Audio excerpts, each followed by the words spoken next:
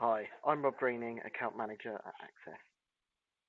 Today I'm going to go through a short presentation on GDPR with a focus of looking at how the Access GDPR consent portal can help you as a business. So the agenda of what I'm going to show you now is a quick run through on what is GDPR, what are Access's obligations to GDPR. We'll be looking at how we can request consent from candidates, and then finally we'll take a look at the consent portal.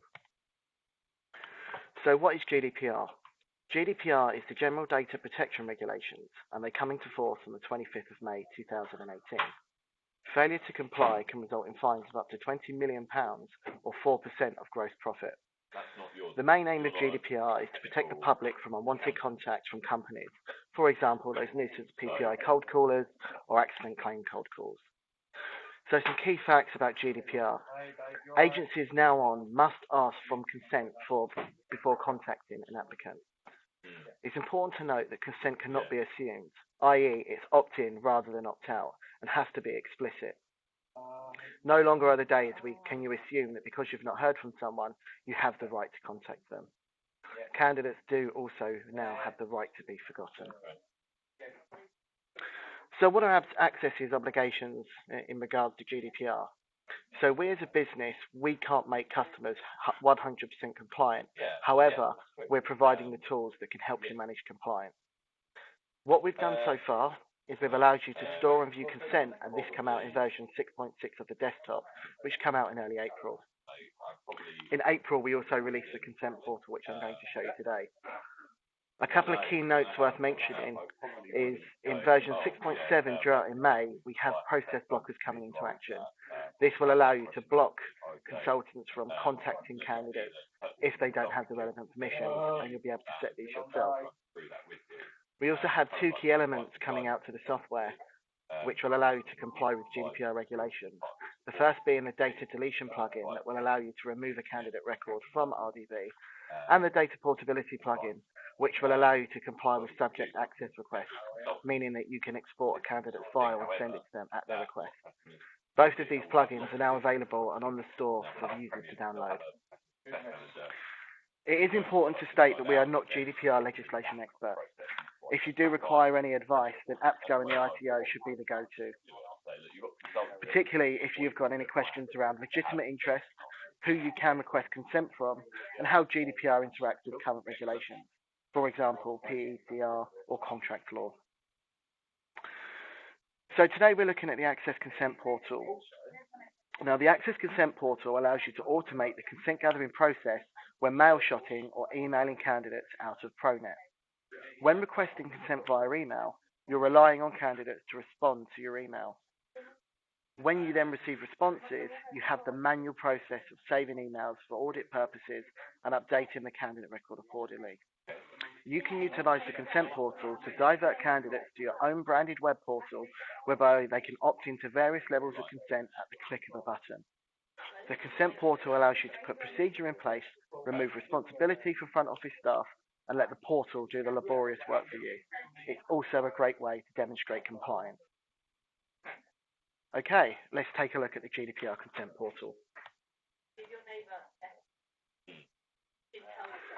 On my screen, you'll see here that I'm running RDB. Now, I'm running RDB ProNet version 6.6. It's important to note that the portal will only work with 6.6 or higher. By the time this video goes out, 6.7 should very nearly be ready or already out. As I mentioned, the GDPR portal allows you to collaborate responses through the portal from mail shots sent out within RDB. You can send out bulk emails via our mail shot tool, or you can send emails to candidates individually. For the purpose of this demo, I'm just going to send an individual email to a candidate here, Russ Abbott. Yeah. Okay, so I'm going to send Russ Abbott an email, and in true Blue Peter style, I'm going to select a GDPR portal template that I've already set up in my system. I've worded my email to the effect of, "Hi, we are changing the way we communicate with you and process your data in line with new GDPR regulations. Please click on the following link and let us know how we can contact you moving forward." When I created this template, because I have the GDPR consent portal, I have the ability to add in a merge field for the GDPR consent portal. What this does is this generates a unique link to every single candidate that you send this GDPR mail shot to, meaning that when they click on it and it takes them to the portal will already have a head start in knowing who the candidate is. This allows the portal to pre-populate some of their information and make the process even easier for them. So on my screen, I've now brought up the GDPR consent portal. The scenario here is that I'm a candidate that's just received your email and I've clicked on the link so that I can opt in or opt out of any contact and consent preferences. A few key things to note about the portal is that no data is held in this web portal. All data is held within your database and changes to the portal are mapped to your database where the record is then updated. The branding of the portal can also be done by yourselves as well. This includes the logo and the strapline, the header and the footer, the colour schemes of the page, the fonts and the text, and the font size as well. So you can really make the portal look like your own. So, where I mentioned that when the candidate clicks on a link, it pre-populates some of the information, some of this information would have already been populated for them. So I'm just going to enter in my details. Now, if it's a candidate's first time at the portal, then they will have to register for the portal. This will allow them to come back into the portal at a later stage and change any preferences. As an initial first-time registrant, what I need to firstly do is add in a password. This will finish the creation of my account. And then it's a case of now opting in to levels of communication. Now, as I opt into these or click on these, it's going to update the GDPR tab on the candidate record in RDB that can be found in version 6.6. I can also put my privacy policy in terms of use on here as a business, which you must now do so. This is the first part of the GDPR portal, and that's creating the account for the candidate and agreeing to communication consent. I'm now going to sign into the portal, and I'm going to do so using my admin account so that I can show you the differences of when you log into the portal. Totally agree.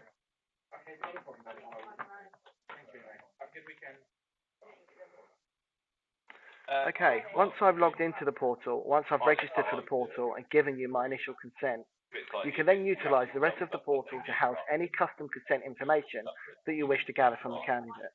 You build these yourself and it's very easy to do so. I've titled my GDPR portal Communication Preferences. You could call this whatever you wish. The same with the strapline below. Not what everyone does. No, exactly. For my demo business, I've chosen 2 examples of data that I want to capture from candidates when going through the GDPR portal. I'm not just requesting consent for communication, I'm using this to adopt other processes for GDPR that I've made within my business. Okay, mate. Well, look, if anything else comes up... The first level of consent I've asked again, or for a more granular approach, is for marketing. And I've asked my candidates to opt in for methods of marketing communication that they wish to receive from us. As a candidate clicks to opt in to these different consent types, this will sync this information back to the record in RDB. In version 6.7, this will also be searchable. On the flip side, I've also made one for CV processing. So I'm asking candidates to let us know when we're able to send their CV to prospective employers. At this stage, a candidate can opt in for any role that they may be suitable for or any role which they've applied for. Now, you don't have to use my examples.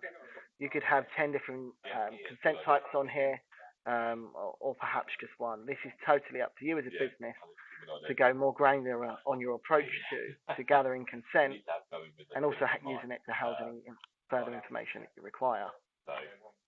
Lastly, I'm just going to take a look at the GDPR portal admin dashboard. So in the dashboard, I can see how many new registrants I've had through my portal today, this month, and the total amount of people that have come through my GDPR portal. It's very easy to configure the styling of the portal. If you're using any other Access products which the portal integrates with, you can set that in here. Your consent channels or your communication channels, these are configurable from the registration page. So if we wanted to add any more initial options onto that register part, we can do so. And the general text and links allows me to customize other areas of the portal and all the wording. The purposes is where I built my custom consents. So where I built one for marketing and where I built one for CV processing. It's very easy to do so. It's a case of creating a display name, a description, an agreement text, and then adding your consent purposes, as we call them. A quick example, if I'm to add one for you now, I'm going to use a terrible example for pigeon carrier, but as you can see, it's very easy to build another custom consent purpose here, and it's instantly appeared on here for me. So now, theoretically, I could have a candidate opt in for marketing communications via pigeon carrier. Lastly, I'm going to bring up GDPR, and for those that are not using version 6.6, show you the GDPR tab where this information syncs back to. So along the bottom of an applicant record, you'll find from version 6.6 or higher, there's now an area for GDPR. The information that the candidate opts into in the portal will sync back to this tab here, alongside any custom consents that you build further inside the portal. Will also add a separate line item. Now, if a candidate gives you consent via the portal, you're going to get a method of GDPR consent portal. The date received box will auto-populate, and if you wanted to go one step further into the audit trail, you can view the history. There is the option to put an expiry date on this as well. Thank you for taking the time to look at the GDPR consent portal with me. If you'd like any further information, please don't hesitate to call me or call your account manager at Access.